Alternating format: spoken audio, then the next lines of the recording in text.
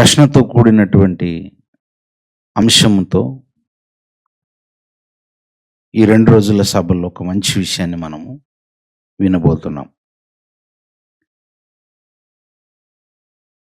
ఏది మర్త్యమైనది, ఏది అమర్త్యమైనది? పదాలు మనం రెగ్యులర్గా వినకపోయినా దేవుడు ఏం చెప్పించాలనుకున్నాడు? ఇంతకీ ఇది బైబిల్లో ఉందా? దేని గురించి చెప్పబడింది? అపోస్తలుడైన పౌలు గారు పరిశుద్ధాత్మ ప్రేరణతో ఎన్నో విషయాలను లేఖనాల్లో రచించారు. బైబిల్లో రాయబడినటువంటి విషయాలు, ఆయన రచించిన విషయాలు విద్యావిహీనులకు కానీ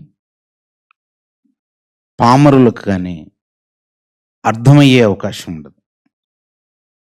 ఆయన చాలా లోతైన విషయాలు చెప్పారు, చాలా లోతుగా చెప్పారు. ఈ విషయాన్ని స్వయాన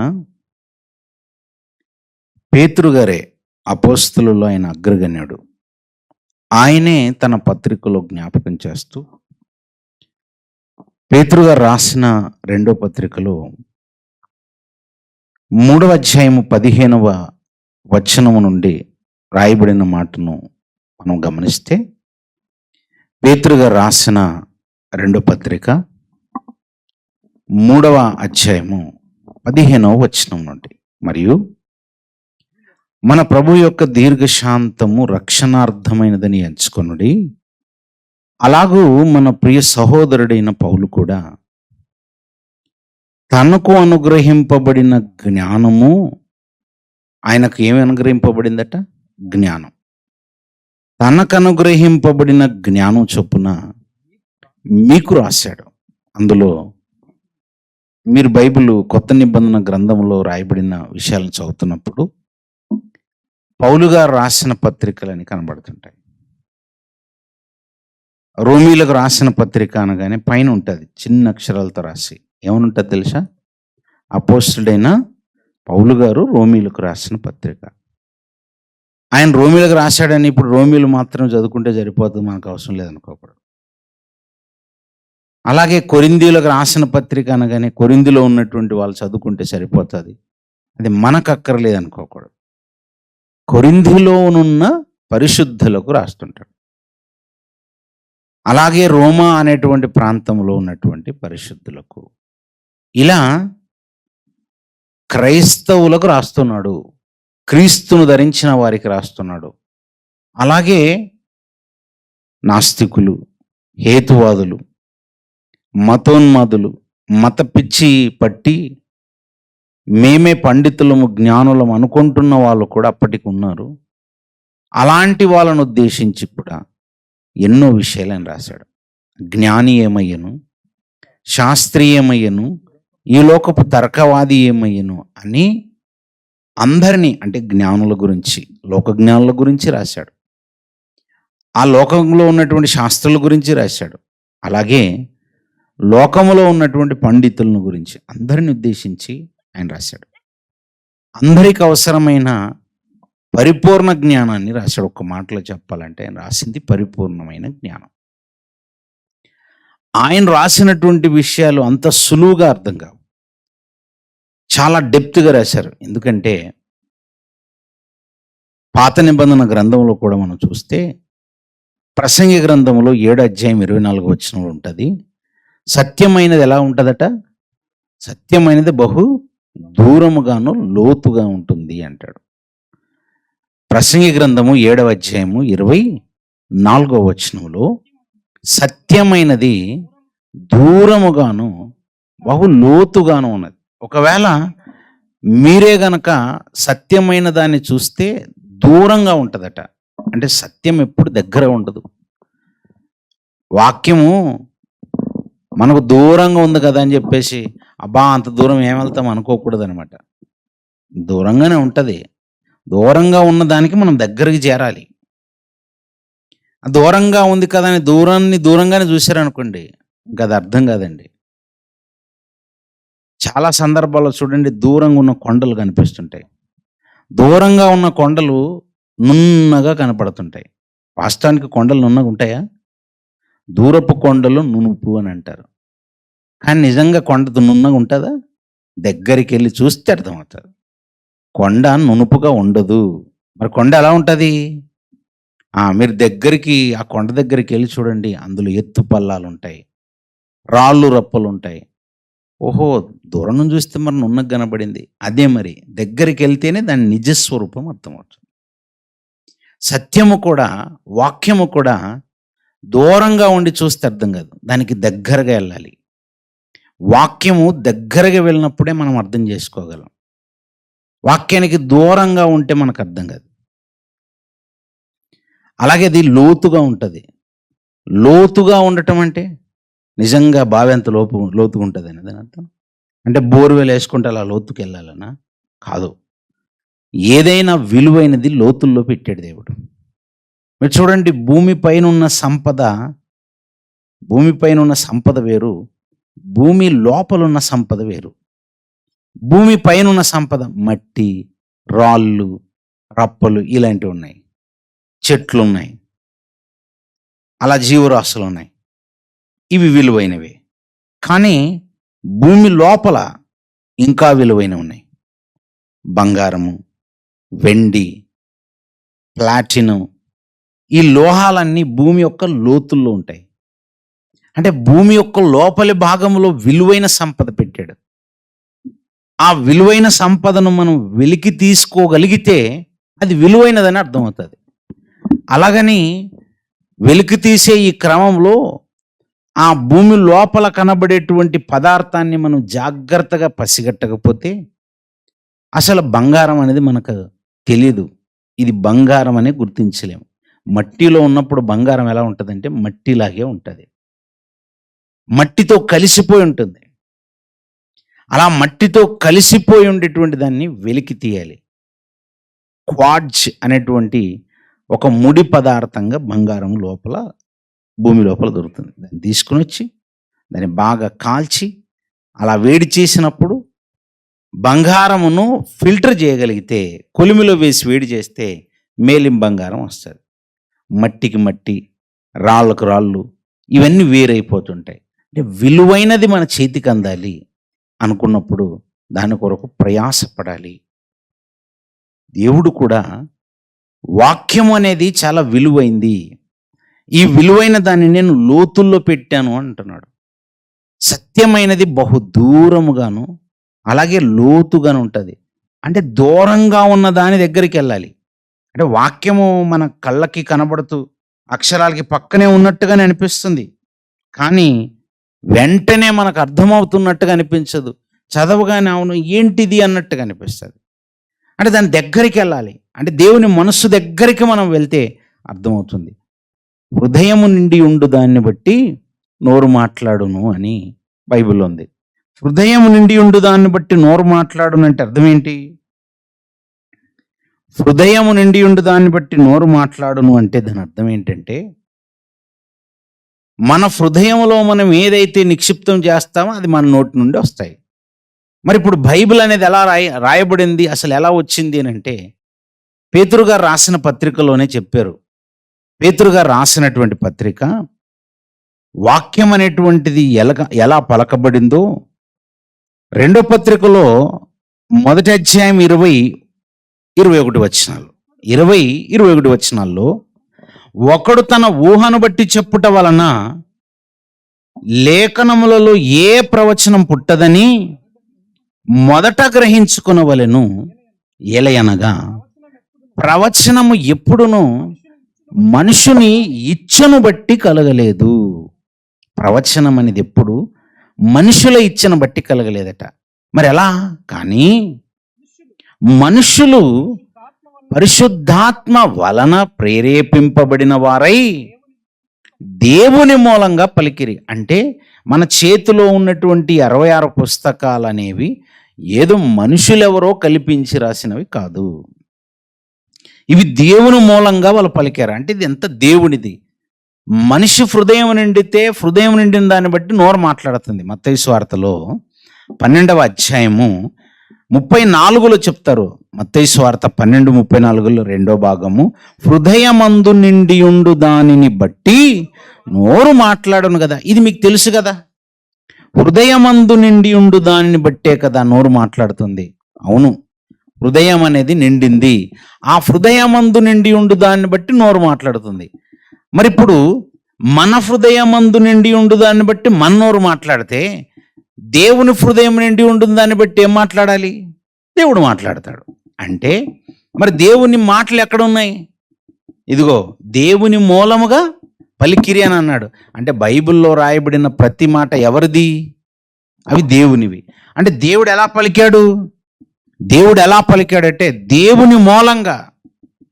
దేవుడు ఎలా పలికాడంటే ఆయన హృదయంలో నిండి ఉండి దాన్ని బట్టి పలికాడు. ఆయన హృదయంలో ఏమి నిండి ఉన్నాయంటే ఇదిగో మన చేతిలో ఉన్న బైబిలే. మన చేతిలో ఉన్న బైబిల్లో రాయబడినవన్నీ ఆయన హృదయంలో మొత్తం నిండిపోయి ఉన్నాయి. ఆయన హృదయంలో నిండిపోయి ఉన్నటువంటి వాటన్నిటిని దేవుడు ఏం చేశాడు తెలుసా? ఆయన పలికాడు. ఆయన పలకటం వలన ఆయన హృదయంలో ఉన్నవన్నీ బయటకు వచ్చేసి, అలా బయటకు వచ్చినవి తెలియాలంటే అవి లోతుగా ఉంటాయి.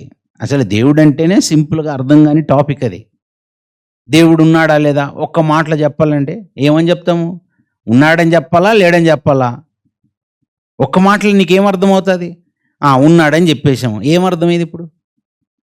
దేవుడు ఉన్నాడా లేదా ఒకటే మాటలు చెప్పాలంటే ఉన్నాడని చెప్తాము, ఏమర్థమైంది? తిన్నావా లేదా ఒక మాటలు చెప్పంటే ఎవడైనా తిన్నానో తినలేదని ఒక మాటలు చెప్తాడు. నీ పేరేంటో ఒకటే మాటలు చెప్పంటే చెప్తాడు. మరి దేవుడు ఉన్నాడా లేదా అనేది ఒక్క మాటలు చెప్పే టాపిక్ కాదు అది. అసలు దేవుని గురించి అర్థం కావటం అనేది అది ఒక్క మాటలో జరగదు. అది చాలా టిపికల్. మన జీవితకాలం అంతా వెచ్చించి తెలుసుకోవాలి దాని గురించి. అలా ఆయన మనసునంతా పరిచి, ఇదిగో నా మూలంగా మీరు పలకండి అని చెప్పాడు. ఎందుకంటే ఆయన పలికితే మనం తట్టుకోలేము. ఆయన మాట్లాడితే మనిషి తట్టుకోలేడు. ఆయన మాటను మనం వినలేము. అందుకే దేవుని మూలంగా ఆయన పిల్లలు పలికేటట్టుగా, ఆయన పిల్లలు రాసేటట్టుగా పరిశుద్ధాత్మ ప్రేరణను అనుగ్రహించి దేవుడు కృపజూపగా ఈరోజు మన చేతిలోనికి బైబిల్ వచ్చింది. అంటే సత్యమైనది అని అంటే వాక్యం. ఈ వాక్యాన్ని తెలుసుకోవటం అంటే ఏదో కాదు, దేవుని మనసును తెలుసుకోవటం. ఒక మాటలో చెప్పాలంటే దేవుని హృదయములో ఒకప్పుడున్న మాటలు, ఆయన నోటి ద్వారా వచ్చిన మాటలన్నిటినీ ఆయన పిల్లలైనటువంటి వారు రాసినటువంటి మాటలు మనం తెలుసుకోవటము, ఆయన మనసును తెలుసుకోవటం.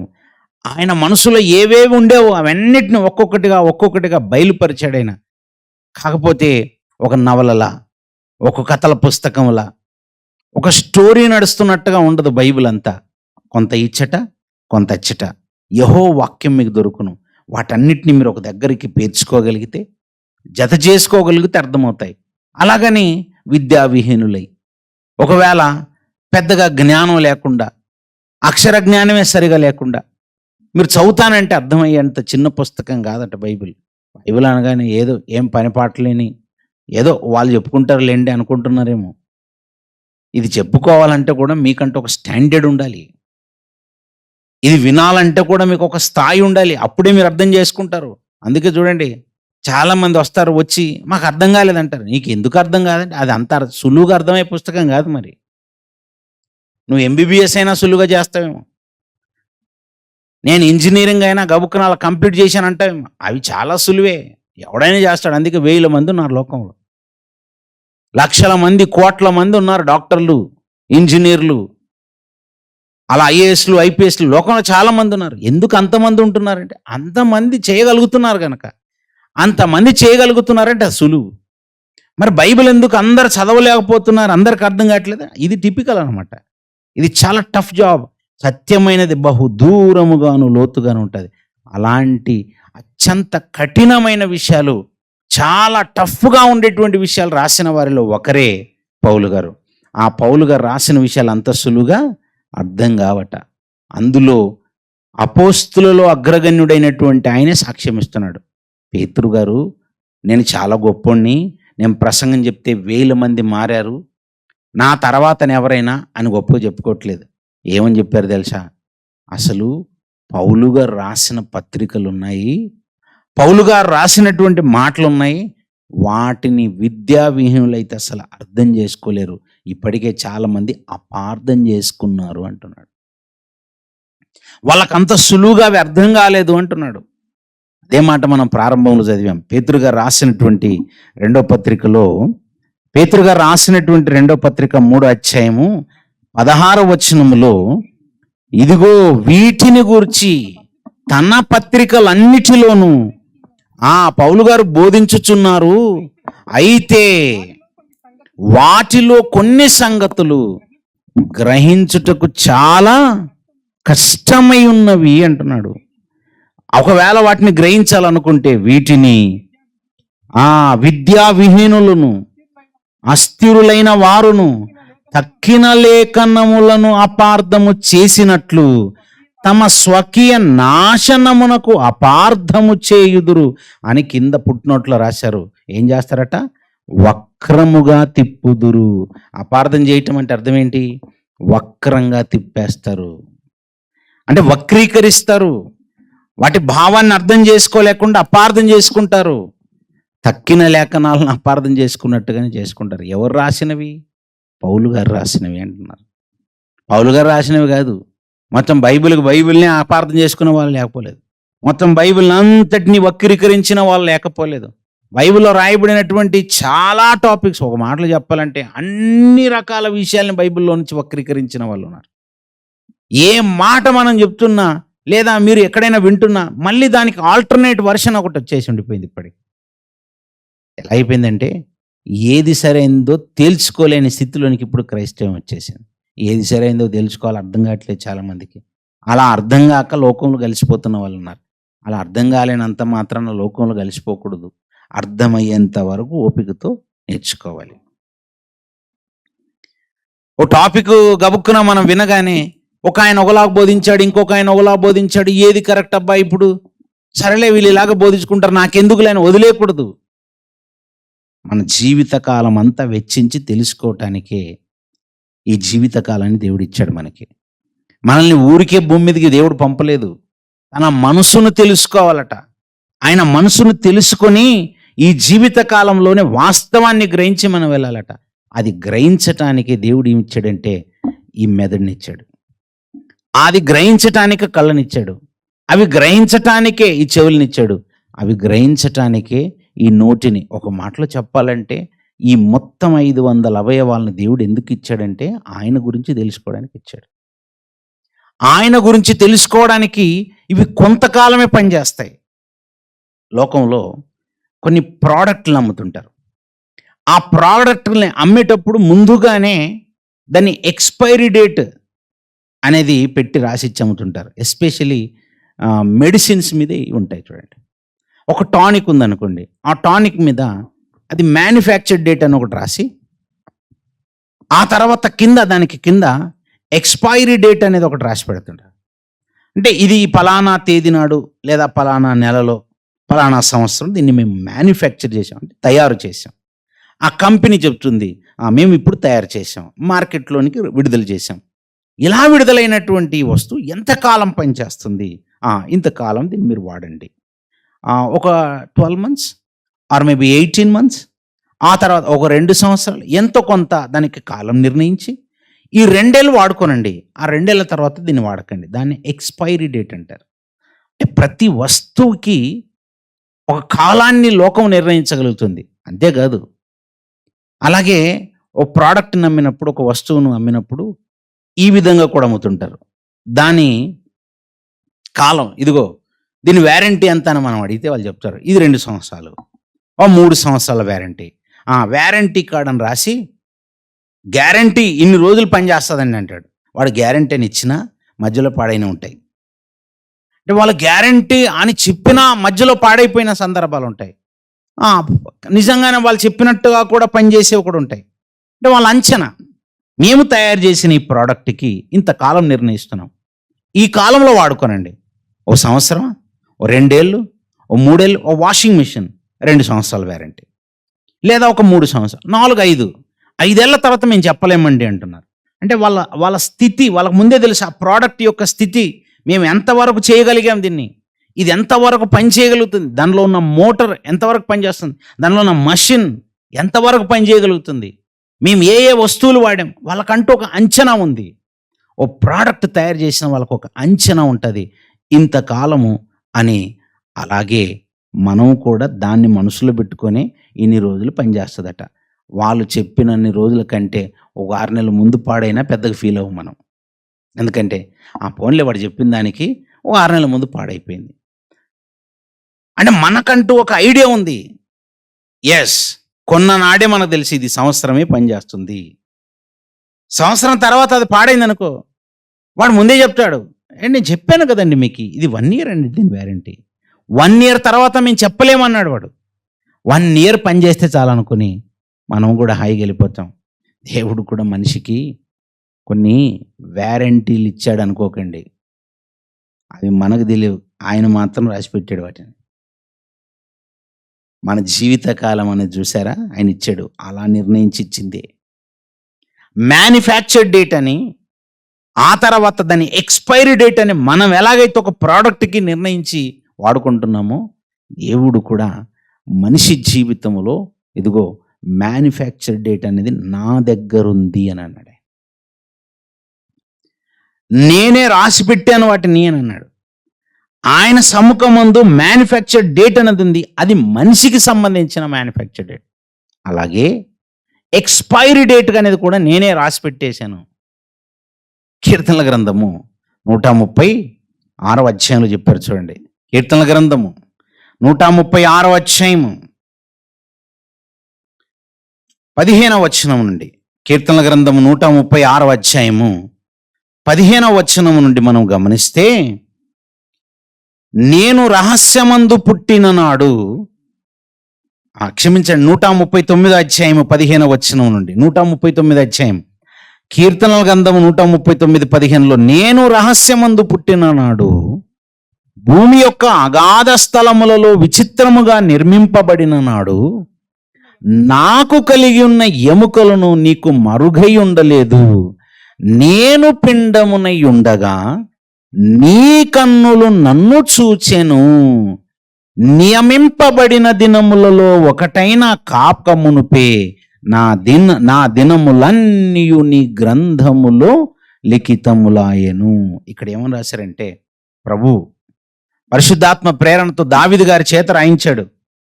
ఏమని రాయిస్తున్నారు? ఇదిగో దావీదు గారట తాను తల్లి గర్భములో ఉన్నదాన్ని చూశాడట. నేను పిండమునై ఉండగా నీ కన్నులు నన్ను చూచాను అంటున్నాడు. మరి ఇది దావీదు గారికి ఎలా తెలుసు? దావీదు గారు, ప్రభువా నేను పిండమునై ఉండగా నీ కన్నులు నన్ను చూచానని ఈయన ఎలా చెప్తున్నాడు? దావీదు గారికి ఎలా తెలుసు? తాను పిండంగా ఉన్నప్పుడు దేవుని కన్నులు ఆయనను చూశాయన్న విషయం ఎలా తెలుసు? దావీదు గారికి ఎవరు చెప్పారు? దేవుడేమైనా ఆయన చెవిలో నేను నిన్ను చూశాను అని చెప్పాడా?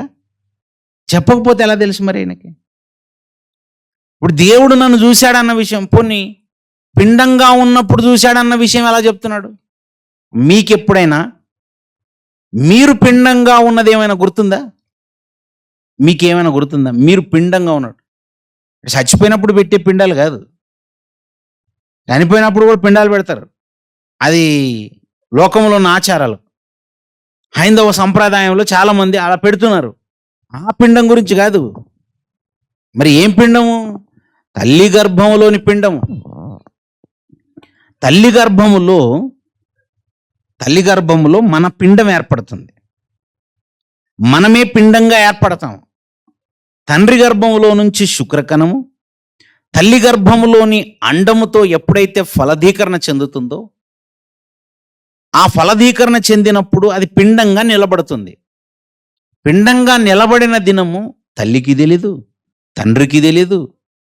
వాళ్ళ దాంపత్య జీవితంలో ఏ దినాన్ని అది నిలబడిందో వాళ్ళకి తెలీదు. కానీ నిలబడిన తర్వాత నెలకి తెలుస్తుంది ఒక తల్లికి, నేను తల్లిని కాబోతున్నానని. తన నెలసరి రాకపోయేసరికి ఆమెకు డౌట్ వచ్చి ఆమె టెస్ట్ చేయించుకుంటుంది. డాక్టర్ దగ్గరికి వెళ్ళి టెస్ట్ చేయించుకున్న తర్వాత అప్పుడు అర్థమైంది ఆమెకి, ఓహో నేను తల్లిని కాబోతున్నాను, నేను గర్భవతిని. ఆమె గర్భములో ఒక పిండం ఉంది. ఆ పిండాన్నే బిడ్డ అంటున్నాడు. ఆ పిండమే ఒక బిడ్డగా ఎదిగింది. ఆ పిండానికే ఇదిగో కాళ్ళొచ్చాయి, చేతులొచ్చాయి, ముక్కు, నోరు, కళ్ళు, ఈ అవయవాలన్నీ అక్కడే వచ్చాయి. ఆ పిండానికే. ఆ పిండమే నా మనిషి. అవును మరి, ఆ పిండమే కదా డెవలప్ అయింది.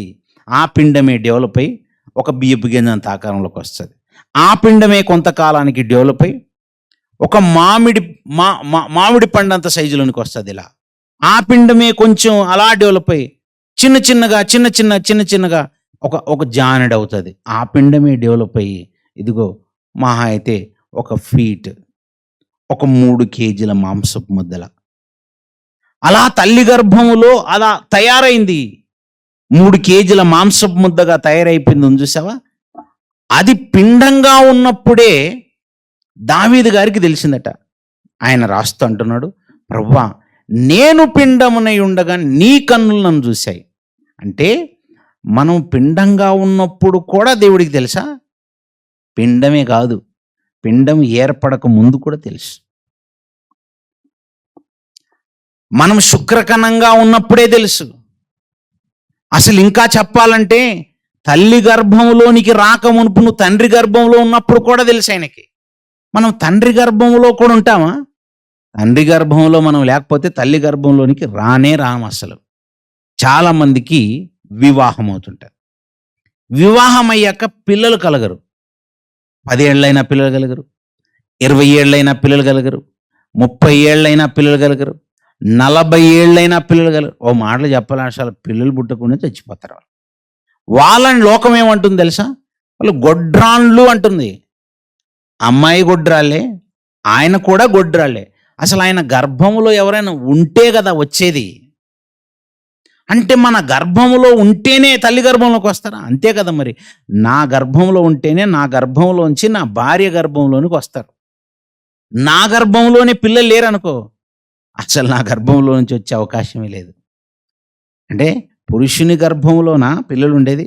అసలు చెప్పాలంటే పురుషుడే ఫస్ట్ బిడ్డనుగా అంటాడు. పురుషులా కనేది?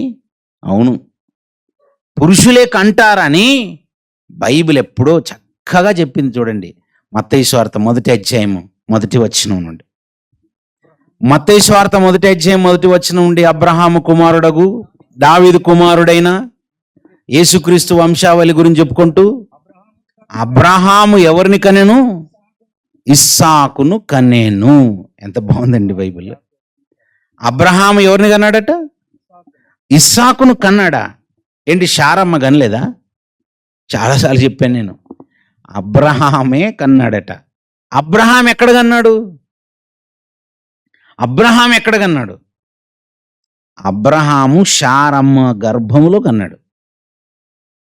అబ్రహాము ఇస్సాకును కనెను. ఎవరి గర్భంలో కనెను? అబ్రహాము శారా గారి గర్భంలో కన్నాడు. కనడం అంటే అర్థం ఏంటి తెలుసా? ఒక ప్రాంతం నుంచి మరో ప్రాంతానికి రావటం, ఒక ప్రాంతం నుంచి ఒక ప్రాంతానికి కదలి రావటం, దాన్నే పుట్టుక అని బైబిల్ చెప్తుంది. ఇదిగో అబ్రహాము ఎవరిని కన్నాడట? ఇస్సాకును కనాను. సరే, ఇది ఏదో కొంచెం ప్రింట్ మిస్టేక్ ఏమైనా జరిగిందేమో, అనుకోకుండా అలా చెప్పారేమో. అబ్రహాము భార్య అయిన శారమ్మ ఇస్సాకును కనెను అని రాయాల్సిన చోట ఇలా రాశారేమో. తర్వాత ఆయన గురించి చదివితే ఎలా ఉంది? తర్వాత ఆయన గురించి ఇస్సాకు మళ్ళీ ఎవరిని కన్నాడంట? యాకోబును కనెను. యాకోబు యూదాను అతని అన్నదమ్ములను కనెను. అందరూ ఏం చేస్తున్నారు? ఎవరు కంటున్నారు చెప్పండి? ఏంటి ఇక్కడ అంతా పురుషులే కంటున్నారు ఏంటి? నిజంగా పురుషులు కనేది ఉందా? పురుషులు కంటారా? ఎక్కడైనా పెళ్ళి అయింది అనుకోండి, వాళ్ళ కుటుంబాల్లో ఫస్ట్ టార్చర్ అనుభవించేది ఎవరు? పిల్లలు లేనప్పుడు టార్చర్ అనుభవించేది ఎవరండి? స్త్రీలు అనుభవిస్తారు. చాలామంది అత్తలు, వాళ్ళకి తెలియని విషయం. ఈ రెఫరెన్స్ చూపించండి మీరు. ఎవరైనా మీ అత్తగారు వచ్చేసి నువ్వు పిల్లలు కనట్లేదు అనుకో, గబుక్కున మత్తయి సువార్త తీయనండి. మత్తయి సువార్త 1వ అధ్యాయం 2వ వచనం ది అని చెప్పేసి ఆమెకు రాకపోతే మీరే చదివి వినిపించండి. ఏమని? అబ్రహాము ఇస్సాకును కానీ. ఆ అబ్రాము అంటున్నాడా, శారమ్మ కనిదా? మీ మొహం, నీ కొడుకు కనాలి, నేను కాదు అనాలి. అప్పుడు అబ్బకి సైలెంట్గా వెళ్ళిపోతుంది అక్కడ నుంచి, అంతే. ఎందుకంటే ఆమెకు తెలియదు కదా. తెలియక ఏమనుకుంటుంది, నా కోడల్లో ఏదో లోపం ఉంది, నా కోడల్లో ఏదో లోపం. అంటే ఇక అందరికీ ఏమైపోయిందంటే అమ్మాయిల్లోనే లోపం అనుకోండి. అబ్బాయిలు ఉండదా? అబ్బాయిల్లో ఉండదా? అసలు కనటానికి కారకుడు ఎవరట? పురుషుడు. పురుషులుంటేనట. అంతెందుకు, మీ పిల్లల్ని స్కూల్లో జాయిన్ చేయడానికి తీసుకెళ్ళండి. మీ పిల్లల్ని స్కూల్లో జాయిన్ చేయడానికి తీసుకెళ్ళి వాడి పేరు రాయించి, మా అబ్బాయిని ఇదిగో స్కూల్లో జాయిన్ చేసుకుండని పేరు రాయిస్తూ పక్కన నేనే కన్నానని రాయండి. స్త్రీలు, నేనే కన్నాను, మా అబ్బాయి పేరు పలానా, మా ఆయన పేరు నాకు ఇష్టం లేదు, మా ఆయన పేరు రాయనని మీ పేరు రాయండి. ఆ ఫామ్ రిజెక్ట్ చేసేస్తారు. పిలిచి, సరేనమ్మా, మీ ఆయన అంటే నీకు ఇష్టం లేకపోవచ్చు, కానీ మీ ఆయన పేరు ఏంటి అని అడుగుతారు. మా ఆయన పేరు నేను చెప్పను, మా ఆయన అంటే నాకు ఇష్టం లేదు, కన్నది నేనే, 9 మాసాలు మోసి నేనే కన్నాను, నా పేరే రాసుకుంటూ అన్నావు అనుకో, ఆ హెడ్ మాస్టర్ అంటారు, ఈ అడ్మిషన్ రిజెక్ట్ చేస్తున్నాం, అసలు ఈ అడ్మిషన్ అసలు క్యాన్సిల్ చేసేస్తున్నాం అంటారు. ఎందుకు క్యాన్సిల్ చేస్తారో తెలుసా? నువ్వు కనలేదు గనక, కనటంలో నీ పాత్ర లేదు గనక. అండ్ పురుషుడా కనేది? పురుషులే కనేది. అందుకే పిల్లల సర్టిఫికేట్లు ఎవరి పేరు ఉంటుంది చెప్పండి? కరెక్ట్గా పురుషుల పేరే ఉంటుంది. అందుకే సర్టిఫికేట్లో తండ్రే కన్నాడనే ఉంటుంది. చూడండి, తండ్రులు కన్నట్టుగానే ఉంటుంది అన్నీ. అందుకే ఒక దాని తర్వాత ఒకరు ఎవరి పేర్లు రాస్తున్నారు చదవండి. అబ్రహాం ఏం చేశాడట? అబ్రహాం ఇస్సాకును కనెను, ఇస్సాకు యాకోబును కనెను, యాకోబు యూదాను అతని అన్నదమ్ములను కనెను. ఇలా మొత్తం ఈ అధ్యాయం అంతా చదువుకుంటేలండి ఎవరు కన్నట్టు ఉంటుంది? అంతా పురుషులు కంటున్నారనే ఉంటుంది. అంటే ఫస్ట్ అండ్ ఫార్మోస్ట్ థింగ్ మనకు అర్థం కావాల్సింది ఏంటంటే, అసలు పిల్లల్ని ఎవరు కంటున్నారు? అసలు పిల్లల్ని కంటున్నది పురుషులు. పురుషులు ఎక్కడ కంటారు? పురుషులు ఎక్కడ కంటారో యెషయా గ్రంథం చూడండి. యెషయా గ్రంథము 39వ అధ్యాయము 7వ వచనం. యెషయా గ్రంథము 39వ అధ్యాయము 7వ వచనం చూడండి. మరియు నీ గర్భమందు పుట్టిన, మీరు ఎక్కడ పుట్టారు అంటే ఏం చెప్తాం? జనరల్గా మనల్ని ఎవరైనా అడిగారు, మీరు ఎక్కడ పుట్టారండి అంటే మన ఊరు పేరు చెప్తాం, మన ప్రాంతం పేరు ఏదని చెప్తాం. మనము పలానా ప్రాంతంలో పుట్టాము, పలానా ఏరియాలో పుట్టామని మన ఊరు పేరు ఏదో చెప్తాము. ఇంకా కొంచెం ఒకవేళ తెలిసిన వాళ్ళైతే వాళ్ళ తల్లి వాళ్ళ తండ్రి వచ్చేసి వీడు పలానా హాస్పిటల్లో పుట్టాడని చెప్తారు. హాస్పిటల్లో పుట్టినట్టుగా తెలిసేమో, అంతవరకే. నేను గాంధీ హాస్పిటల్లో పుట్టాను, నేను ఉస్మానియా హాస్పిటల్లో పుట్టాను అంటే పలానా హాస్పిటల్లో పుట్టానని చెప్తారు. లేదంటే పలానా ఊర్లో పుట్టానని చెప్తారు. ఎవరైనా నేను మా అమ్మ గర్భమందు పుట్టానని ఎవరు చెప్తారు? ఎవరు చెప్తారండి? మీకు ఎవ్వరికి కూడా మీ తల్లి గర్భంలో మీరు పుట్టారన్న విషయం ఈ రోజు వరకు తెలుసా? మనం ఆలోచించాం. అసలు తల్లి గర్భమందు పుట్టడం ఏంటి? మనం పుట్టేది ఎక్కడ? మనం పుట్టేది భూమి మీద అనుకుంటున్నారు. ఫస్ట్ మన పుట్టుక భూమి మీద జరగదండి. మన భూమి మీద జరిగే పుట్టుక కంటే ముందు తల్లి గర్భంలో మనం పుడతాం. అదే చెప్తున్నాడు. మరియు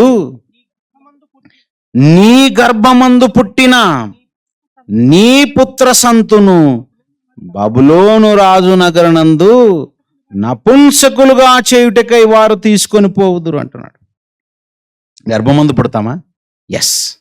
అందుకే గర్భమందు పుట్టిన మనము ఎక్కడ నివసిస్తాం ఇప్పుడు చెప్పండి? గర్భమందు పుట్టి గర్భంలో నివసిస్తామా?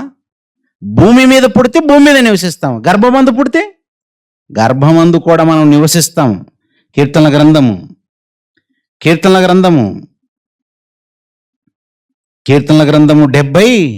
71వ అధ్యాయం చూడండి.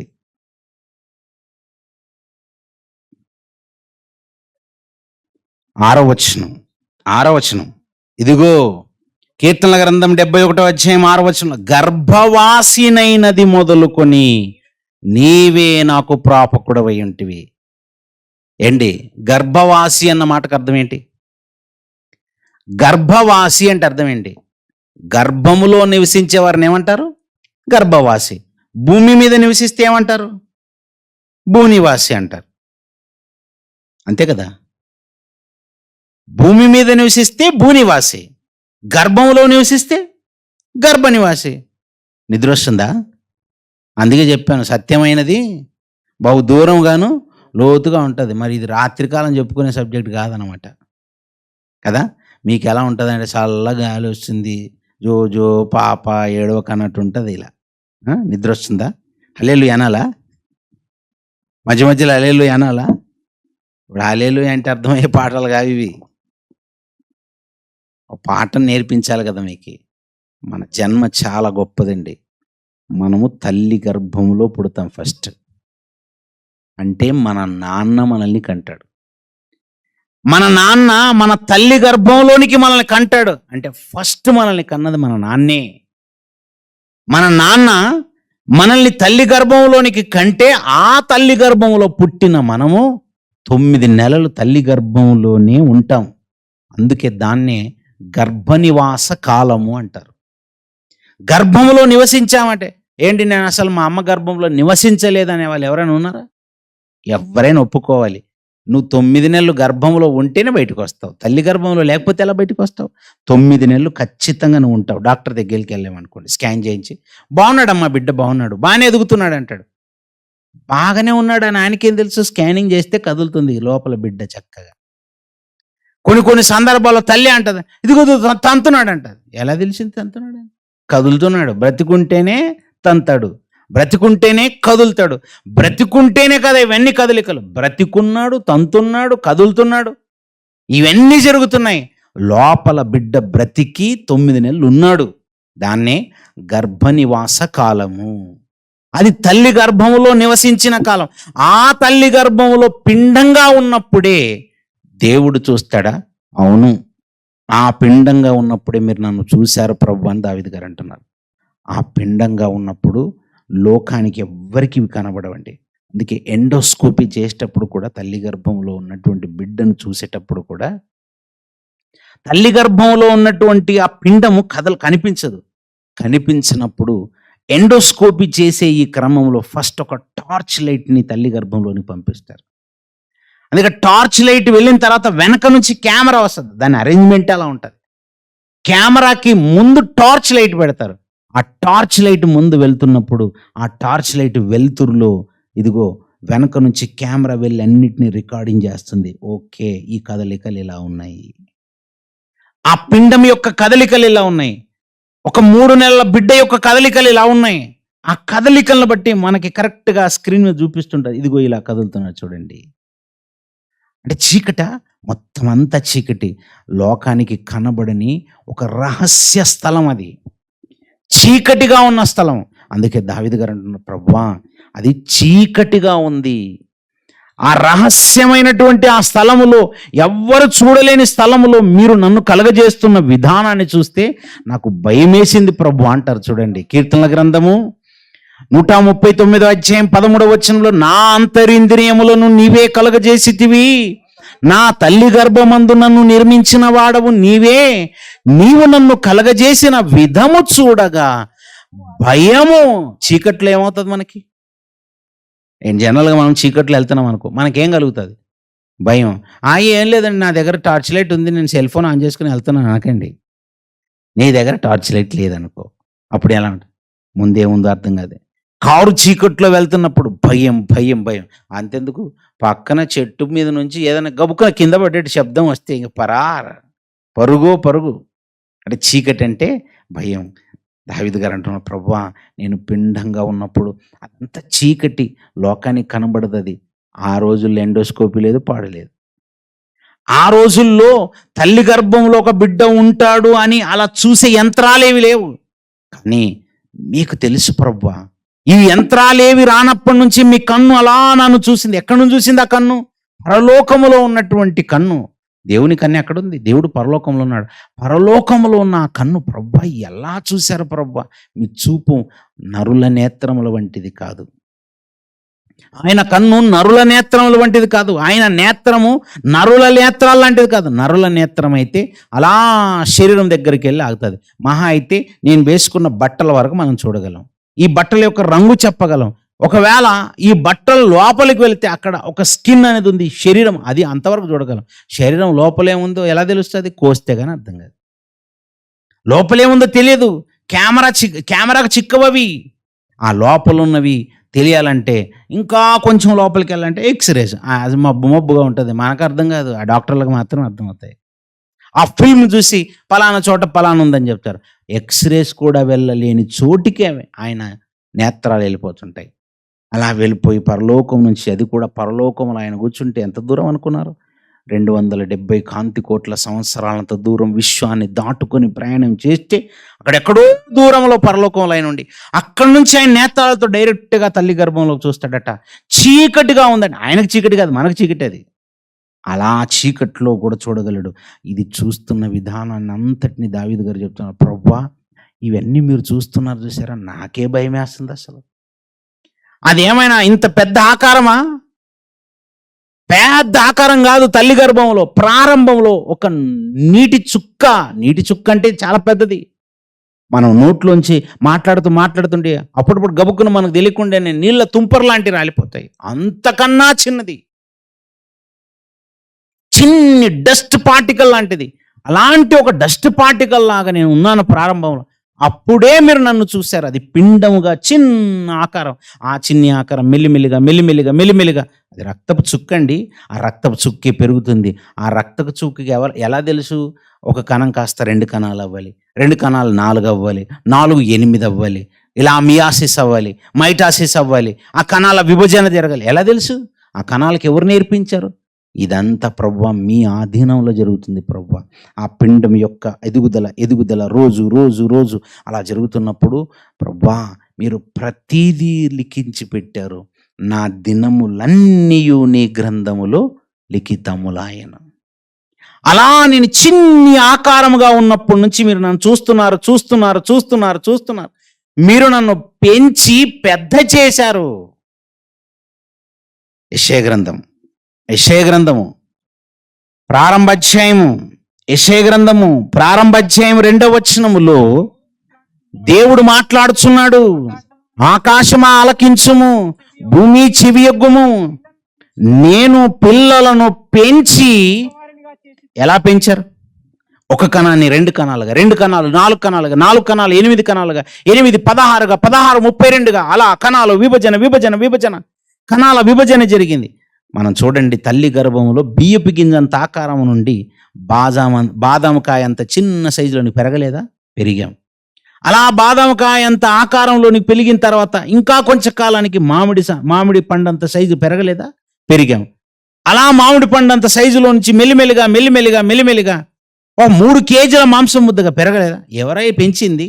దేవుడే పెంచాడదంతా. నేను పెంచి పెద్ద చేశాను. మీరు అనుకుంటున్నారేమో నేను నిన్న మొన్నటి నుంచి మిమ్మల్ని చూసుకుంటున్నాను అనుకుంటున్నారేమో. లేదు, మీరు తల్లి గర్భంలో ఉన్నప్పటి నుంచి చూస్తున్నాడట. అలా చూసుకుంటూ ఆయన పెంచుతున్నాడట. ఎందుకు ప్రభువా పెంచారు?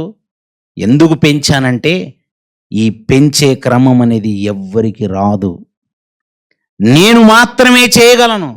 తల్లి గర్భంలో చెయ్యి పెట్టి పెంచే విధానం అనేది ఎవ్వరికి తెలియదు. తల్లి గర్భంలో పిండాన్ని పెంచే విధానం ఎవరికి తెలియదు. మీరేదో ఇప్పుడు చేద్దామని బయలుదేరారు, కానీ నా మెటీరియల్ లేకుండా మీరు చేయలేరు. మళ్ళీ మీరు పెంచాలని ప్రయత్నం చేస్తే దేవుడు సృష్టించిన ఆ మెటీరియల్ని వాడే తయారు చేయాలి. మనిషి సొంతగా తనకున్నటువంటి టెక్నాలజీతో టెస్ట్ ట్యూబ్ బేబీని తయారు చేస్తున్నారు కదా అని మీరు అనుకోవచ్చు. టెస్ట్ ట్యూబ్ బేబీని తయారు చేయాలన్నా మెటీరియల్ ఎక్కడి నుంచి వాడాలి? మళ్ళీ తల్లి గర్భంలోని మెటీరియల్ వాడాలి. తండ్రి గర్భంలోని మెటీరియల్ తీసుకోవాలి. అంటే తండ్రి గర్భంలో నుంచి శుక్రకణాలు తీసుకొని తల్లి గర్భంలోంచి అండాలను సేకరించి వాటిని చక్కగా ఫలదీకరణ చెందింప చేయటం అని ఆ మెటీరియల్ లేకపోతే చేయలేడు మళ్ళీ. అంటే దేవునికి మాత్రమే సాధ్యమైనటువంటి ప్రక్రియ గురించి దావీదు గారు, ప్రభువా మీకు మాత్రమే సాధ్యం, ఇది ఎంత విచిత్రం ప్రభువా. అలాంటి ఒక క్రమాన్ని మీరు చేశారు. ఎందుకు చేశారు ప్రభువా? పెంచి పెద్ద చేయటం అనేది ఎందుకు చేశారు? 3 కేజీలు 4 కేజీలు అయింది, 4 కేజీలు 10 కేజీలు అయింది, 10 కేజీలు 20 అయింది, 20 కేజీలు కాస్త 60 కేజీలు అయింది. ఈరోజు ఒక 60 కేజీలకు మాంసపు ముద్ద తిరుగుతుంది. పెంచటం పెద్ద చేయటం, పెంచటం పెద్ద చేయటం. పెంచి పెద్ద చేసింది దేవుడే. ఒకవేళ మీరు అనుకోవచ్చు, దాంట్లో ఏముందిలేండి, మా కుర్రాడు వాడే పెరిగాడు అని అనుకుంటున్నారా? సరే, మరి కొన్ని సందర్భాల్లో విరగట్లేదు, మరి పెంచండి, ఇలా లాగండి చూద్దాం. కొందరు విరగరు కదా, పొట్టిగా అలాగే ఉంటాడు, భూమికి అతుకుపోయినట్టుగా అలా ఉంటాడు. వాడిని ఒక పని చేయండి, కాళ్ళు ఒకవైపు మొండుమ ఒకవైపు పెట్టి అలా పెట్టి లాగండి చూద్దాం. బబుల్గా సాగినాడు, సాగుతాడా? అలా పెంచేది ఉంటే ఇక అందరు 10 అడుగులు, ఒక్కొక్కరి దాంట్లో ఉండేది హైట్. ఎవడు అసలు 2 అడుగులు 3 అడుగులు ఇలా ఉండరు. ఇంకా మరుగుజ్జు వాళ్ళే ఉండరు. ఎవరైనా మరుగుజ్జుగా ఉండటం ఇష్టం ఎవరికైనా? అందరు ఊర్లో ఉన్న ఒరే పొట్టాడు అంటే చిరాగ్గా చూస్తారు. ఇలా పొట్టుకున్న వాళ్ళని. పొట్టాడు అంటే కోపం, వాడు ఆల్రెడీ పొట్టిగానే ఉంటాడు. పొట్టుకున్నోని పొట్టాడు అంటేనే కోపం వాడికి. అలాంటిది ఎవ్వరు పొట్టుకుండడానికి ఇష్టపడరు. వాళ్ళు అనుకుంటారు నేను పెంచుకోవాలనుకుంటారు. అలా తలకాయని పైకి సాగదీసుకొని కాళ్ళను సాగదీసుకుంటూ పొడుగు చేసుకుంటారు. ఎవరికి వాళ్ళు చేసుకునేది కాదా? పెంచటం అనేది మన చేతిలో ఉండదు, పెరగటం అనేది మన చేతిలో ఉండదు. దేవుడే పెంచాలి. పెంచొద్దు అనుకుంటే పెంచడంతే. ఇదంతా ఆయన ఆధీనంలో ఉంటుంది. అందుకే ప్రభువా మీ ఆధీనంలోనే జరుగుతుంది అంటే, ఆయన ఆధీనంలో ఊరికే జరగదు, ఆయన దినములు రాసుకొని మరి చేస్తాడు. అంటే ప్రతి దానికి ఏముందన్నమాట, మ్యానుఫ్యాక్చర్డ్ డేట్ ఉంది, ఎక్స్పైరీ డేట్ కూడా ఉంది. నా దినములన్నీ నీ గ్రంథములో లిఖితముల. దినములన్నీ అంటే అర్థం ఏంటి? అన్నీ అనే దాన్ని ఎలా అర్థం చేసుకోవాలి? ఇక్కడ మన దినములన్నీ ఆయన గ్రంథములో రాయబడ్డాయి అనే మాటను మనం ఎలా అర్థం చేసుకోవాలి? ఇప్పుడు మనం పాఠంలోనికి ప్రవేశిస్తున్నాం. ఇప్పటి వరకు అంతా మీకు అర్థం కావడానికి చెప్పాను. ఇప్పుడే అసలు విషయాన్ని జాగ్రత్తగా నేర్చుకుందాం. మన దినములన్నీ అన్నీ రాయబడ్డాయి అంటే అర్థం ఏంటి? సపోజ్ ఒక ఆయనకి 100 రోజులు రాశాడంటే అర్థం ఏంటి తెలుసా? ఆ 100 రోజుల్లోనే నువ్వు దేవుని కొరకు భూమి మీద బ్రతికి వెళ్ళాలి. ఒక ఆయనకి 200 రోజులు రాశాడు, ఒక ఆయనకి 1000 రోజులు రాశాడు, ఒక ఆయనకు 10,000 రోజులు రాశాడంటే ఆ 10,000 రోజులు అనేవి ఆయన నీకు భూమి మీద నిర్ణయించిన ఆయుష్కాలము. దాన్నే ఆయుష్కాలం అంటున్నారు. ఆయుష్కాలం అంటే అర్థం ఏంటి? జననానికి మరణానికి మధ్యనున్న కాలమే ఆయుష్కాలం. ఎందుకు ఇచ్చాడు ఈ ఆయుష్కాలం? అవి దినములు రాశాడట. మనకు తెలియదా? మనకు తెలియదు. అసలు చెప్పాలంటే మన జననము మనకు తెలియదు, మన మరణము మనకు తెలియదు. ఈ రెండిటిని దేవుడు ఏమనుకున్నాడంటే ఆయన ఆధీనంలో ఉంచుకోవాలనుకున్నాడు. జనన మరణాల గురించి మనిషికి దేవుడు చెప్పాలనుకోలేదు. వాటి మధ్య కాలాన్ని మాత్రం మీరు తెలుసుకోవాలి. జననం మరణం అనేటువంటివి అవి నా ఆధీనంలో ఉంటాయి. వాటిని రిలీజ్ చేయాలనుకోలేదు దేవుడు. ఆ డేట్, ఆ పాయింట్ ఏదైతుందో దాన్ని రిలీజ్ చేయలేదు, దాన్ని సీక్రెట్గా పెట్టాడు. ఇవి ఇప్పటికీ మర్మమే. మనిషి జన్మదినం రహస్యమే. మీరు అనుకోవచ్చు, మా బాబు పలానా రోజు పుట్టాడు, బర్త్డే డేట్ ఆఫ్ బర్త్ అని రాస్తున్నాం అని చెప్పేసి. ఎవరు చెప్పారు డేట్ ఆఫ్ బర్త్ అనేది? మీరు అనుకుంటున్నారు అది డేట్ ఆఫ్ బర్త్ అని. అది బర్త్ డేట్ అని మీరు అనుకుంటున్నారు. కొన్ని డాక్టర్లు ఏమైనా రాసిచ్చారా డేట్ ఆఫ్ బర్త్ అని? రాసివ్వరు. డాక్టర్లు చాలా క్లియర్గా రాస్తారు. మీ బిడ్డ పుట్టిన రోజు అని రాయరు, అది డెలివరీ డేట్ అని రాస్తారు. డెలివరీ డేట్ అంటే అర్థం ఏంటి? తల్లి గర్భంలో ఉన్న ఆయన బయటికి వచ్చాడని రాస్తారు అంతే. అప్పుడే పుట్టాడని రాయరు. పుట్టిన దినం డాక్టర్లకి తెలియదు. అంటే జనన దినం అనేది ఎవరికి తెలుసు? దేవుడికి తెలుసట. దేవుడు రాశాడట. అదే రోజు మనకు తెలియదు. అది రహస్యం అంటున్నాడు దేవుడు. రహస్యమందు నేను పుట్టిన నాడు. సీక్రెటా? ఎస్, రహస్యమందు పుట్టాం మనము. రహస్యమందు పుట్టినటువంటి మన దినము మళ్ళీ లోకంలోంచి ముగించుకొని పోయేది కూడా రహస్యమే. మనకి ఎన్ని దినాలు ఇచ్చాడో మనకు తెలియదు. ఇచ్చిన దినాలలోనే బ్రతకాలి. ఈ ఇచ్చిన దినాలలోనే జాగ్రత్తగా సర్దుకోవాలి. ఇచ్చిన దినాలు ఎన్నో మనకు తెలియదు, అందులోనే జాగ్రత్తగా సర్దుకొని ముందుకెళ్ళిపోవాలి. అయితే ప్రభువా ఈ శరీరాన్ని నాకు ఎందుకు ఇచ్చారని మీరు అడిగితే అని చెప్పేవాడు. ఈ శరీరం అనేది నేను ఎందుకు ఇచ్చానో నేను చెప్తానని చెప్పేవాడు. నువ్వు అడగట్లేదు, ఆయన మనసును తెలుసుకోవట్లేదు. నువ్వు అడగపోయినా రాసి అయితే పెట్టాడు. ఇదిగో ఏదో ఒక రోజు నీకు బుద్ధి వస్తుంది, ఆ రోజైనా కనీసం నువ్వు ఆలోచించడానికి వస్తావని. ఏమని? ఆయన మీకిచ్చిన దేహం చూసారా, అది అసలైంది కాదు, అది కేవలం ఒక తొడుగు. ఆత్మ అనేటువంటి వ్యక్తి అసలైన వ్యక్తి, అసలైన మనిషి ఎవరైనా ఉన్నారంటే అది ఆత్మ. ఆత్మకి నేను తొడుగుగా తొడిగాను. హెచ్కేల్ గ్రంథం 3వ అధ్యాయము, హెచ్కేల్ గ్రంథం 3వ అధ్యాయము 19, 20, 21 వచనాలు. హెచ్కేల్ గ్రంథము 3వ అధ్యాయము 19, 20, 21 వచనాలు. అయితే నీవు దుర్మార్గుని హెచ్చరిక చేయగా అతడు తన దుర్మార్గత నుండి దుష్క్రియల నుండి మరలని ఎడల అతడు తన దోషమును బట్టి మరణమవును గాని నీవన్న దగ్గర బ్రాకెట్లు ఏం రాశారు? నీవంటే ఎవరు? మిమ్మల్ని అడిగాను అనుకోండి, మీ పేరేంటండి అని అంటే ఏమని చెప్తారు? మీ పేరు చెప్తారు. నువ్వెవరు అంటే ఏం చెప్తావు? నేనండి నేను మంగళనండి, నేనండి నేను కుమ్మరుడినండి, ఇలా చెప్తున్నారండి చాలామంది. వృత్తి పేరు చెప్తారు. నేను టీచర్ అండి, నేను డాక్టర్ అండి. నువ్వు ఏదో పని చేస్తున్నావు చూసి అలా వృత్తి పేరు కాదు, నువ్వెవరు? మనిషి ఎవరండి? మనిషి ఎవరంటే ఆ మనిషి అండి ఆయనండి, ఆయన గురించి నీకు తెలీదా? ఆయన ఫలానా కులపడు. కులం గురించి కాదు, ఆయన ఫలానా మతం అండి. మతం కాదు ఇక్కడ. మతం గురించి చెప్పమనట్లేదు, నేను కులం గురించి చెప్పమనట్లేదు. నువ్వెవరు అని అంటే ఇదిగో నేను రెడ్డి అనకండి. రెడ్డి నీ కులం గురించి కాదయ్యా. ఎవరు? నేను కాపు. కాదు బాబు, కాపు అనేది నీవు చేసే పని, నీ కులం, వీటి గురించి కాదు. మంగలి పని, ఆయన ఏదో చేసే పనిని బట్టి ఆయనకు అది వచ్చింది, ఆయన చేసే వృత్తి అది. కుమ్మరి వాళ్ళంటే ఆయన చేసే వృత్తిని బట్టి పిలుస్తున్నారు. అలా కాదు. నీవెవరు అసలు? నేను మేస్త్రి అనకండి, నేను తాపి మేస్త్రి అనకండి. నువ్వు చేసే పని అది. నువ్వెవరు? నేను ఇంజనీర్. బాబు అది ఎంత పని అయ్యా, నువ్వు చేసే పని అది. నువ్వెవరు? నేను ఉదయాన్నే లేచి స్కూల్కి వెళ్తాను, స్కూల్ వెళ్ళి పాఠాలు చెప్తాను. అయితే నేను టీచర్ అనకండి. నువ్వు టీచర్ కాదు, నువ్వు చేసే పని టీచర్ పని. నువ్వు ఒక గురువు కదా, నువ్వు చేసేది అది. నువ్వేదో పాఠాలు నేర్పిస్తున్నావు. నేను అడుగుతున్నది అది కాదు అంటున్నాడు దేవుడు. ఏంటి ప్రభు నాకు అంత కన్ఫ్యూజన్ ఉందంటే అందుకే నీకు రాదని చెప్పి నేను చెప్పాను అంటున్నాను. నువ్వు అంత కన్ఫ్యూజన్ బ్యాచ్ అనేది. నువ్వెవరంటే నువ్వు పలానా పలానా పలానా పలానా. నువ్వెవరంటే నేను నల్లోడిని అంటావు. నువ్వెవరంటే నేను తెల్లోడిని అంటావు. నల్లోడి తెల్లోడు కాదురా నాయనా నేను చెప్పమన్నది. నేను తెల్ల జాతీయుడిని అనకు, నేను నల్ల జాతీయుడిని అను. రంగును బట్టి చెప్పక నాయన. ఆ రంగు నేనే వేసాను. నువ్వెవరంటే నేను పొట్టోడిని అనకు. అబ్బా అది కూడా నేను హైట్ నేనే నిర్ణయించాను.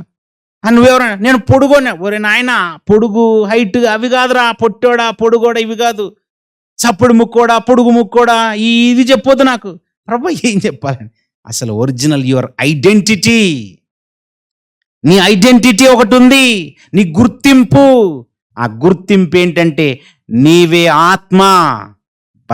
ఇది చదివినప్పుడండి నీకు అర్థమైతే అసలు ఎంతో గొప్పగా ఫీల్ అవుతామంటే మనం ఆత్మనా? ఆత్మ అంటే ఎవరు అనుకున్నావు? దేవుడి ఆత్మ. దేవుడెవరు? ఇప్పుడు చేయబెట్టండి.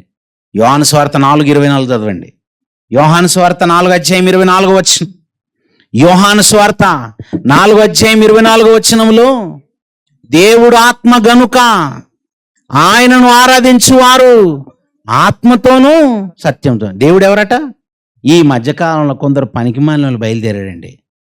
దేవుడు వేరండి, మనం దేవుళ్ళలో నుంచి పుట్టాం కాదండి, మనం వేరండి. పనికిమాలినది ఏదో ఒకటి చెప్పాలని, కొత్తగా చెప్పాలని చెత్తగా చెప్పేస్తున్నాడు. కొత్తగా చెప్పాలని చెప్పి చెత్తగా చెప్పకూడదు, కాన్సెప్ట్ మారకూడదు. నేను దేవుని కుమారుని చెప్పుకోవటం నీకు సిగ్గా? నాముషిగుందా? బిడియంగా ఫీల్ అవుతున్నావా? బుద్ధి తక్కువ వాళ్ళండి వీళ్ళంతా. నేను దేవుని కుమారుని చెప్పుకో, దేవుడే చెప్పిస్తుంటే నీకేంటే బుద్ధి లేకుండా మాట్లాడతావు. బుద్ధిహీనులు మాట్లాడతారండి ఇలా. నీకు అనిపించట్లేదా నేను దేవుని కుమారుని? నీకు అనిపించట్లేదంటే ఆ గుణాన్ని కోల్పోయావు, ఆ లక్షణాలను కోల్పోయావు. అలా కోల్పోవటం వల్ల అలా అనిపించట్లేదు నీకు. నువ్వేమనుకుంటున్నావు? నిన్ను నువ్వు చూసుకొని నేను దొంగని కదా, నేను అబద్ధికుణ్ణి కదా.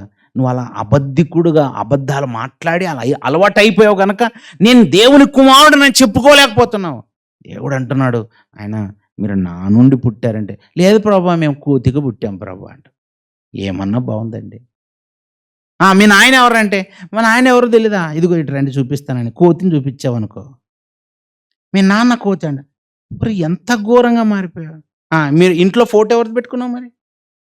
ఇంట్లో మాత్రం ఇదండి మా ఫ్యామిలీ ఫోటో అని చూపిస్తారండి. ఈలో ఈడు మా తమ్ముడండి, ఈడు మా అన్న అండి, ఇదిగో మా అమ్మ, ఇదిగో మా నాన్న. మరి కోతిని పెట్టాలి అక్కడ. ఓ కోతి అమ్మ, కోతి నాయన, కోతి తమ్ముడు, వీళ్ళందరూ కోతులు పెట్టాలి కదా. కోతుల పక్కన కూర్చొని దిగాల్సింది కదా నువ్వు ఫోటో. అక్కడ మాత్రం మా నాయన అంటున్నావు. మా నాయన అనగానే అక్కడనేమో ఒక మనిషిని చూపించి నువ్వు ఎక్కడి నుంచి పుట్టావంటే కోతి నుండి పుట్టానని మాత్రం పుస్తకాలు చదువుతాయి. అక్కడ మార్కులు, అక్కడ మాత్రం భలే ఉంది థియరీ అంటున్నావు. డార్విన్ పరిణామ సిద్ధాంతం అదేగా చెప్పేది. మనిషి ఎక్కడి నుంచి పుట్టాడంటే కోతి నుండి పుట్టాడు అంటాడు. డార్విన్స్ రెవల్యూషనరీ థియరీ, అది తప్పండి.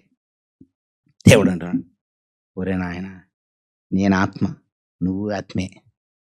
నేను ఆత్మ, నీవు ఆత్మే. ఐడెంటిటీ చెప్తున్నాను.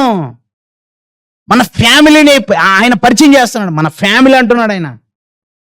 ఈ భూమి మీద ఉన్న ప్రతి కుటుంబము, ఎవరిని బట్టి కుటుంబాలు? దేవునిని బట్టి. ఎఫెసీలకు రాసిన పత్రిక చూడండి. ఎఫెసీలకు రాసినటువంటి పత్రికలో ఈ భూమి మీద ఉన్నటువంటి ప్రతి కుటుంబం గురించి పరిచయం చేస్తున్నాడు చూడండి పౌలు గారు. 2వ అధ్యాయము 14వ వచనం నుండి 3వ అధ్యాయం 14వ వచనం నుండి ఎఫెసీలకు రాసిన పత్రిక 3:14లో, ఈ హేతు చేత పరలోకమందును భూమి మీదను ఉన్న ప్రతి కుటుంబము ఏ తండ్రిని బట్టి కుటుంబం అని పిలువబడుచున్నదో ఆ తండ్రి ఎదుట నేను మోకాళ్ళుని, మీరు అంతరంగ పురుషుని యందు శక్తి కలిగి ఆయన ఆత్మ వలన బలపరచబడినట్లుగాను, క్రీస్తు మీ హృదయములలో విశ్వాసము ద్వారా నివసించున్నట్లుగాను తన మహిమైశ్వర్యము చొప్పున మీకు దయచేయవలననియు, మీరు దేవుని సంపూర్ణత యందు పరిపూర్ణులగున్నట్లుగా ప్రేమ యందు వేరు పారి స్థిరపడి సమస్త పరిశుద్ధులతో కూడా దాని వెడల్పు, పొడుగు, లోతు, ఎత్తు ఎంతో గ్రహించుటకును, జ్ఞానమునకు మించిన క్రీస్తు ప్రేమను తెలుసుకొనుటకును తగిన శక్తి గలవారు కావాలనని ప్రార్థించుచున్నాను అంటున్నాడు. ప్రారంభంలోనే చెప్పేశాడు చూడండి. ఏదట? భూమి మీద ఉన్న ప్రతి కుటుంబము ఏ తండ్రిని బట్టి కుటుంబమని పిలువబడుచున్నదో ఆ తండ్రి ఎదుట మోకాల్లోని. ఎవరికి ప్రార్థన చేస్తామండి మనం అందరం ఎవరికి ప్రార్థన చేస్తాము? పరలోకమందున్న మా తండ్రి, పరలోకమందున్న మా తండ్రి. పరలోకంలో ఉన్నది ఎవరు? తండ్రి. తండ్రి అని ఎలా అంటున్నావు? ఇది తెలియకుండానే మన నాన్న అంటున్నావా? తండ్రి అంటే ఎవరు? నాన్న. పరలోకంలో మన నాన్న అంటే పరలోకంలో ఆయన ఉంటే నువ్వు ప్రస్తుతానికి భూమి మీద ఉన్నావు. ఆయన మన నాన్న అట. అందుకే మనది ఒక ఫ్యామిలీ, మనది ఒక కుటుంబం. ఆయన అంటున్నాడు, నేను ఆత్మే, మీరు కూడా ఆత్మే. మనిషి అంటే ఎవరు చెప్పండి? ఇప్పుడు మనిషి అంటే ఎవరండి? మనిషి అంటే ఆత్మ. ఎప్పుడైనా చూసారా ఒక మనిషిని మీరు? మనుషులు ఎందుకు చూడలేదు? చాలామందిని చూసాం. మనుషులు అనుకుంటున్నాం కదా. ఒక ట్విస్ట్, మనల్ని మనమే ఎప్పుడు చూసుకోలేదు. మనల్ని మనమే ఇప్పటికీ చూసుకోలేదు. మనల్ని మనం చూసుకున్నాం కదా బ్రదర్, మిర్రర్ ముందు చూసుకున్నామంటే. ఫర్ యువర్ కైండ్ ఇన్ఫర్మేషన్, మీరు మీ దేహాల్ని చూసుకుంటున్నారు, కానీ మీరు అని చెప్పబడే అసలైన ఆత్మని మీరు ఇప్పటి వరకు చూసుకోలేదు. అంటే మన ఆత్మ మనకి కంటికి ఇప్పటికీ కనబడలేదు. ఒక్కరోజు తెలుస్తుందండి. అలా చచ్చిపోయిన నాడు మనకు అర్థమవుతుందండి. చనిపోయిన వెంటనే ఈ దేహంలోంచి ఆత్మ అలా ఒక్క క్షణంలో బయటికి వచ్చేస్తుంది. అలా బయటికి వచ్చినటువంటి ఆత్మ ఈ భూమి మీద ఎక్కడ ఉండటానికి దేవుడు అవకాశం ఇవ్వడు. ఒక్క క్షణములో వెళ్ళిపోతుంది అంతే ఈ లోకాన్ని విడిచి. ఒక్క క్షణములో. ఆ క్షణము చూడండి, ఆ క్షణంలో అర్థమవుతుంది. అయ్యో ఇంతకాలం నేను ఎవరో అర్థం కాలేదు నాకు. చాలా మంది భూమి మీద చెప్పారు, చాలా మంది చెప్పే ప్రయత్నం చేశారు, నేనే అర్థం చేసుకోలేదు. సత్యమైనది బహు దూరముగాను లోతుగా ఉంది. ఆ సత్యము నా గురించిన సత్యమే, దేవుని యొక్క మనసు చెప్పాలని ఆయన చాలా ప్రయత్నం చేశాడు. అయ్యా నువ్వెవరో కాదు నాయనా, నీవు ఆత్మ అని ఆయన చెప్పాడు. నేను అని చెప్పబడిన ఆత్మను గురించి నేను అసలు తెలుసుకోలేకుండా వచ్చాను. ఒక్కసారి నీ గురించి నువ్వు చూసుకుంటుంటే ఆ ఆత్మ ఆకాశ మహాకాశాలు సైతం పట్టజాలని ఆత్మ ఉన్నది ఇంత పెద్ద విశ్వరూపమా. ఆ రోజు అనిపిస్తుందండి మనకి, చచ్చిపోయిన క్షణాన అర్థమవుతుంది నేను ఆత్మ. ఆ రోజు నువ్వు ఒక ఆత్మను చూడగలవు. ధనవంతుడు చనిపోయాడండి, చనిపోయి పాతాళ లోకానికి వెళ్ళాడు. పాతాళ లోకానికి శరీరంతో వెళ్ళాడా, ఆత్మగా వెళ్ళాడా? ఎలా వెళ్ళాడు? ఏమో ఎలా వెళ్ళాడు మాకేం తెలుసు అంటారా? ఏమో ఎలా వెళ్ళాడు మాకేం తెలుసు. అందరూ ధనవంతుడు అంటే ఈయనంటే తప్పండి. నిజంగా ధనవంతుడు పేదోడు మాకేం తెలుసు, అందరూ చెప్పారు మేము విన్నాం అంతే కదా. సరే ఒకసారి చూడండి, ఆయన చనిపోయాడు. మోషే గారి కాలంలో భూమి మీద బ్రతికేవాడు, ఆయన చచ్చిపోయాడు. చచ్చిపోతే ఏం చేశారంటే, లూకాసు వార్త 16 అధ్యాయం 21 వచనం నుండి, లూకాసు వార్త 16 అధ్యాయం 22 చదువుదాం. 22 దరిద్రుడు అంటే లాజరు గారు చనిపోయారు. లాజరు గారు చనిపోయి దేవదూతల చేత అబ్రహాము రొమ్మును ఆనుకుంటూ కొనిపోబడ్డాడు. ఇది లాజరు గారి వర్షన్, అది పక్కన ఉంచండి. ఇప్పుడు ధనవంతుడు అదే టైంలో ఆ కాలంలోనే చనిపోయాడు. చనిపోతే ఏం జరిగింది? ధనవంతుడు కూడా చనిపోయి పాతి పెట్టబడెను. ఆగండి, ఇక్కడ ధనవంతుడు చనిపోతే పాతి పెట్టబడ్డాడట. ధనవంతుడు చనిపోయి పాతి పెట్టబడటం అంటే అర్థం ఏంటి? ధనవంతుని శరీరాన్ని పాతి పెట్టారా, ధనవంతుని ఆత్మను పాతి పెడతారా? ఇప్పుడు చనిపోయారనికి ఎవరైనా చనిపోతే మనం వెళ్ళి తీసుకెళ్ళి పాతి పెట్టేది శరీరాన్న, ఆత్మన? మనం పాతి పెట్టేది శరీరాన్ని. చాలామందికి మొత్తులాగా వస్తుంది నిద్ర. అయిపోయిందిలేండి, అయిపోయింది ముగించేస్తాను, ఇది పడుకోకండి. అసలు విషయం మన గురించి మనం తెలుసుకుంటున్నాం. కరెక్ట్గా మనం చచ్చిపోయిన నాడు లేదా చనిపోయిన ఆ రోజులలో మన శరీరాన్ని, దాన్ని ఇంకో మాటలో చెప్పాలంటే శవము అంటారు దాన్ని. ప్రాణం ఉండదు అందులో, ఆత్మ ఉండదు. ఆత్మ వెళ్ళిపోతుంది. ఆ శవాన్ని, ఆ కట్టెను, ఆ మేనును, ఆ తనువును తీసుకెళ్ళి మట్టిలో కప్పెడతాం. ఆ శరీరంలోంచి విడిపోయినటువంటి ఆత్మ అది ఈ లోకంలో ఉండదు. దేవుడు దాన్ని ఈ లోకంలో ఉంచడు. ఆ ధనవంతుడు కూడా ఏమయ్యాడట? పాతి పెట్టబడి అప్పుడతడు ఎప్పుడు? అప్పుడతడంటే ఎప్పుడు? పాతి పెట్టినప్పుడు కాదు, పాతి పెట్టినప్పుడు కాదు. చాలా మంది ఏమనుకుంటారంటే చనిపోయిన తర్వాత మనము పాతి పెట్టేంత వరకు ఆత్మికుడే తిరుగుతుంది అనుకుంటారు. ఇలా అంటే ఆత్మ ఎక్కడ తిరుగుతుందట? మనం అంటే పాతి పెట్టకపోతే ఇటే తిరుగుతుందా? పాతి పెట్టకుండా ఇంట్లో సూట్ కేసులో పెట్టుకున్నాం అనుకో, అంటే ఇక ఆత్మ ఇటే తిరుగుతుందా? ఈ బుద్ధి బుర్ర లేక చాలామంది ఊర్లలో దినాలు అని చేస్తారు కదా, దినవారం అని చేస్తారు. ఏం చేస్తారు దినవారం రోజు? మీకు తెలియని విషయాలు ఇవన్నీ, ఇవే వాస్తవానికి మనుషులు చేసేవే. ఆయనకంట మంచి మందు దాగిట్టోడు బతుకున్నప్పుడు ఆయన ఇంత క్వార్టరు, ఇంకా బాగా మాంసం తినేవాడని చెప్పేసి మంచిగా బిర్యానీ ఫ్రైలు చేసి అవి తీసుకెళ్ళి శవం మీద పెడతాడు. కరెక్ట్గా మీరు ఈ ప్రొజెక్టర్ పెడతారని తెలిస్తే నేను వీడియోలు తీసుకొచ్చేవాడిని. ఆ ఫోటో ఈరోజు ఫేస్బుక్లో చూశానండి, ఫేస్బుక్లో పెట్టానండి కరెక్ట్గా. పైగా ఆ ఫేస్బుక్లో సమాధికి పైన ఒక సిలువ, ఆ సిలువకి ఆర్డర్లు పెట్టారండి. బిర్యానీ, మందు, తర్వాత బజ్జీలు, ఆ ఒకదాని తర్వాత ఒకటి స్వీట్లు అన్ని పెట్టారు. కింద రాశాడు ఇవి ఈయనకి ఇష్టమైనవి రాశారండి. దరిద్రుడా, ఎవరు తింటారు అవి? చీమలు వచ్చి తినేసి ఉంటాయి. కుక్కలు మీరు ఎప్పుడు పోతాయని చూస్తుంటాయి.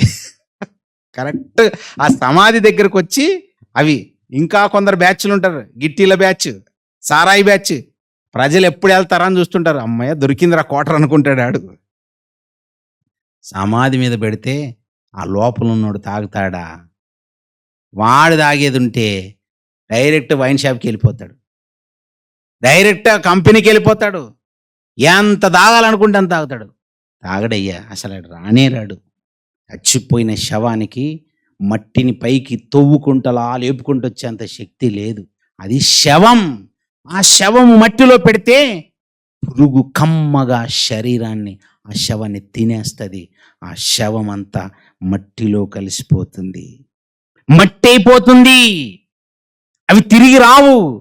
అలాగని ఆత్మ ఏమైనా చుట్టూ తిరుగుతుంది అనుకుంటున్నావా?